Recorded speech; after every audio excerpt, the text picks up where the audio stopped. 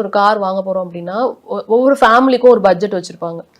அந்த பட்ஜெட்டுக்கு நம்ம நல்ல கார் வாங்கணும் அப்படின்னு வந்து யோசிப்பாங்க. ஃபார் எக்ஸாம்பிள் வந்து ஒரு குறிப்பிட்ட ஒரு 10 லட்சத்துல நான் ஒரு கார் வாங்கணும் அப்படின்னா, நான் வந்து ஃபர்ஸ்ட் யோசிக்கிறது என்ன யோசிப்பேன்னா, என்னோட ஃபேமிலி ஒரு 5 பேரை நான் வந்துட்டு அதை ஸ்பேஷியஸா கூட்டிட்டு போக முடியுமா?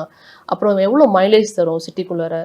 இந்த மாதிரி நிறைய கேள்விகள் இருக்கும். ஸோ ஒரு பட்ஜெட் கார் வாங்குறது வந்து யோசிக்கிறாங்க இல்லையா? ஒரு 10 lakhs, ஒரு 11 lakhs, இல்லை ஒரு 5 to 10 lakhs அது மாதிரி யோசிக்கிறாங்க இல்லையா? அந்த மாதிரி லெவலில் நம்ம கார் வாங்கலாமா ஃபர்ஸ்ட்? மக்கள் பண்ற பெரிய தப்புகள்ல இதுவும் ஒண்ணு. அவங்க என்ன பண்றாங்க அப்படின்னா, ஒரு பட்ஜெட் அப்படின்னு ஃபிக்ஸ் பண்ணிடுறாங்க. பட்ஜெட்னு ஃபிக்ஸ் பண்ணிட்டு எனக்கு வந்து 10 லட்சத்துல ஒரு நல்ல கார் சொல்லுங்க அப்படின்னு கேட்பாங்க. ஆக்சுவலி வந்து என்ன அவங்களுக்கு தெரியாது அப்படின்னா, அவங்களோட ரெக்குயர்மெண்ட்ஸே ஒழுங்கா தெரியாது. அவங்க மெஜாரிட்டியா பாக்குற ரெக்குயர்மெண்ட்ஸ் வந்து மைலேஜ் கொடுக்குமா, எனக்கு வந்து மெயின்டெனன்ஸ் செலவு கம்மியா இருக்குமா, பாக்குறதுக்கு நல்லா இருக்குமா, எனக்கு வந்து ரீசேல் வேல்யூ நல்லா இருக்குமா, இவ்வளவுதான் பாக்குறாங்க. இதையும் தாண்டி வந்து ஒரு கார்ல பாக்குறதுக்கு அவ்வளவு விஷயம் இருக்கு அப்படிங்கிறது வந்து மக்களுக்கு தெரியவே இல்லை நிறைய பேருக்கு. அப்படிங்கிற ரெக்குயர்மெண்ட் தெரிஞ்சவங்களுக்கும் இந்த ரெக்குயர்மெண்ட் சாட்டிஸ்ஃபை பண்ற கார் என்ன அப்படிங்கறதே வந்து தெரியல.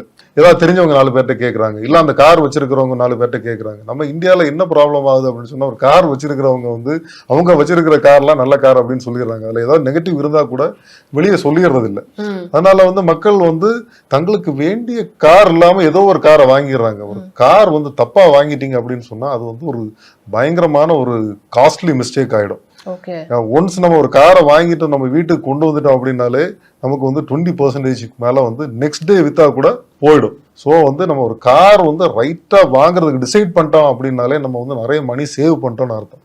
அதனால நம்ம வந்து ஒரு கார் வாங்குறதுக்கு முன்னாடி ஒரு நியூட்ரலான ஒரு அட்வைசர்கிட்ட ப்ராப்பரா கேட்டு நமக்கான காரை வந்து நம்ம ரெக்குயர்மெண்ட்ஸுக்கு ஏத்த காரை வந்து வாங்கிக்கிறது பெட்டர். இப்ப நீங்க சொல்ற விஷயங்கள் பார்த்தா அவங்க நிறைய தவறுகள் பண்றாங்கன்னு சொல்றீங்க இல்லையா? ஏதாவது ஒரு லிஸ்ட் ஆஃப் விஷயங்கள் சொல்ல முடியுமா? ஏன்னா நம்ம காமனான ப்ராப்ளம்ஸ் தான் இங்க நிறைய இருக்கும்.